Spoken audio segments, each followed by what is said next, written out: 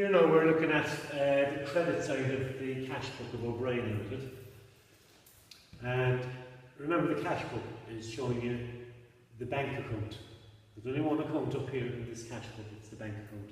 And we're on the credit side. And remember your rule in accounting about credit the giving account or credit the giver. So these entries are on the credit side of O'Brien's bank account cash book, because O'Brien is spending money on these things. He's giving out money, credit the giver. So what's happening up there, if we have a look through it, on the 2nd of November, O'Brien is paying Whelan Limited €16,000 on account. Whelan Limited would be one of O'Brien's suppliers. O'Brien owes Whelan money, so Whelan would be one of our creditors. So we'll find Whelan's account in our creditors ledger. Remember, a ledger is a place where you keep accounts, and we've got 3 of them. We've got the creditors ledger, where you keep the accounts for your suppliers to whom you owe money, because you bought goods on credit from them. You have a debtors ledger, not shown up here. The debtors are people who owe us money because we've sold goods to them on credit. And we've got the general ledger, where you put the rest of your accounts. So we'll find an account for Whelan Limited in our creditors ledger, and we've paid them €16,000. So we credit our bank account, because our bank account has given out the money, credit the giver. Then on the 8th and also on the 17th, we purchased goods. You'd call those cash purchases because we've paid for them straight away. In this case, we've paid for them using cheques or by transferring money over our bank account. We've paid for them straight away. 22,000 was spent on the 8th and 11,000 on the 17th. And we've had to break the figure up into the goods and the VAT on the goods. So what happened on the 8th was we bought €20,000 worth of goods plus 10% VAT, so it cost us 22,000. On the 17th we bought €10,000 worth of goods plus €1,000 VAT, which is 11,000. We've credited our bank account twice because we spent money, credit the giver. And then on the 12th we paid wages and salaries, 8,500. We spent money, credit our bank account, and it's wages and salaries. In junior search questions, you'll always get the payment of some expense, like in this case it's wages and salaries. You could also get maybe usually insurance and rent and advertising feature as well. So on the 12th we spent 8,500, we credited our bank, and we spent the money on wages and salaries, and we find the wages and salaries account in the general ledger. On the 22nd, we bought new office computers for 2,500. We've credited our bank with 2,500 because our bank account is giving. And we find an account for the office computers in the general ledger. So up here I've got 1, 2, 3, 4, 5 credit entries in the bank account because we spent money 5 times during the month. And I've credited my bank account because the bank account is giving out the money, credit the giver. And what we've got to do now is we've got to transfer that from the cash book. In other words, we've got to post the cash book. So we've got to finish the double entry. I've got credit entries done here, so I must finish that with debit entries. We'll do them one by one. We paid Whelan €16,000 on account. So let's open up an account for Whelan. I'm doing a T account in our creditors ledger. It's where we keep the accounts for our suppliers. And here's an account for Whelan Limited. And let's say that we owe them on November the 1st. Let's say we owe them €20,000. The balance brought forward or brought down from the previous month is 20,000. And now we're paying them €16,000 on account. I've credited the bank account up here, so I must finish the double entry now by going and debiting Whelan's account. Whelan is receiving on November the 2nd, Whelan is receiving from our bank account, so to speak. We're getting this information from the cash book, €16,000. And you can see the double entry up there now for paying a creditor. Credit our bank account. Our bank account has been credited here because it's giving. And here we're debiting Whelan with the 16,000. You can see there that we still owe Whelan €4,000.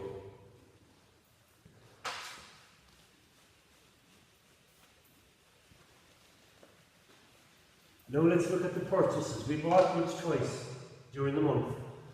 Cash purchases twice. So let's open up our purchases account. It's the same purchases account that you use for posting the purchases table. Right, on the 8th, we bought goods. So we credited our bank account with 22,000. Now that's made up of 20,000 worth of goods and 2,000 worth of VAT. We put the 2,000 in the VAT account in a moment. And we did, so that's November the 8th, bank. We're getting this information from the cash book. 20,000. We've credited our bank account with 20, well it's in there. And we're debiting our purchases with 20. And again on the 17th, it's time for 10,000. And I go down to a VAT account here also in the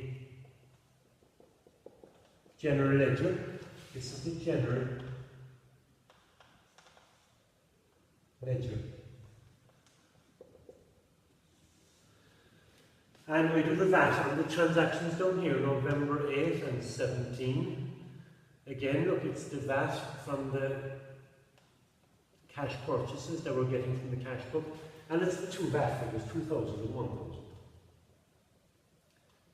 Yes, it's a little awkward accounting for VAT. But we've bought goods worth €30,000 in the month, on which we paid 3,000 VAT. We must separate the VAT from the goods themselves. The purchases, as you know, will go to the trading account, the VAT won't. That's why we need to separate them. And anyway, we've now paid €3,000 VAT. And when we're settling up our VAT, we're going to take 3,000 away from the VAT we charged our customers, but that's another day's work. We don't need to worry about that for the moment. But look at the double entry here now for cash purchases. We've credited our bank account with what it cost us, 22, and we've debited the purchases with 20 and the VAT account with the 2. And we've credited our bank account on the 17th with 11, and we've debited our purchases and with 10 and our VAT with 1,000 on the same dates. So the debits and credits match. And now we go on to the payment of the wages and salaries, or whatever the other expense, whatever expense you get in one of these questions. In this case, we're using a wages and salaries account.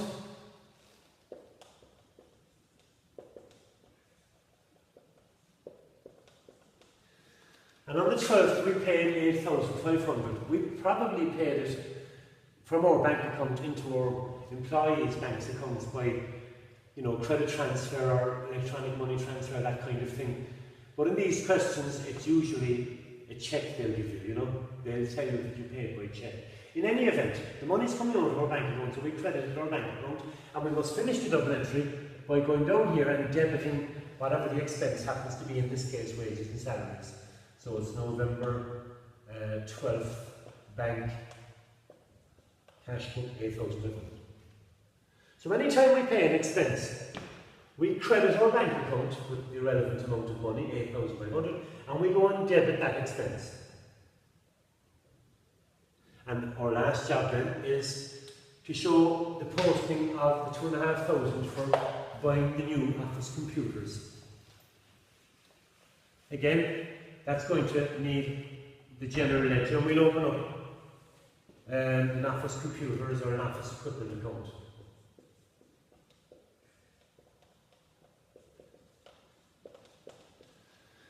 It should probably have some opening balance on the debit side to show us how much office equipment or computers we own already. But I'm just going to do the posting, the transferring of this particular entry here. We spent 2,500 on buying new office computers. We credited our bank account with 2,500. So I'm going to debit the office computers account as if it were to receive the money, So November 22, bank, 2,500. Double entry for buying any fixed asset, really. We're crediting our bank account and we're debiting the particular fixed asset, in this case office computers. We've made 5 payments during the month there, and usually in junior cert examination questions, the payments are made by cheque. Although in reality, firms would probably be paying this money out through their bank accounts rather than, electronically by credit transfer or direct debits or these kind of things. But in this case, usually they'll be cheque numbers. So maybe cheque number 22, 23, they'll be usually consecutive. I didn't put a column in for the cheque number. If you're supplied with the cheque number, the examiner is well asked to put in a column for it. That's the posting of the cash book. We credited our bank account every time we spent money and we debit the other account. And the other account is whatever we write down here. That's why what you write down in the details column is important. That's the posting of the credit side of the cash book.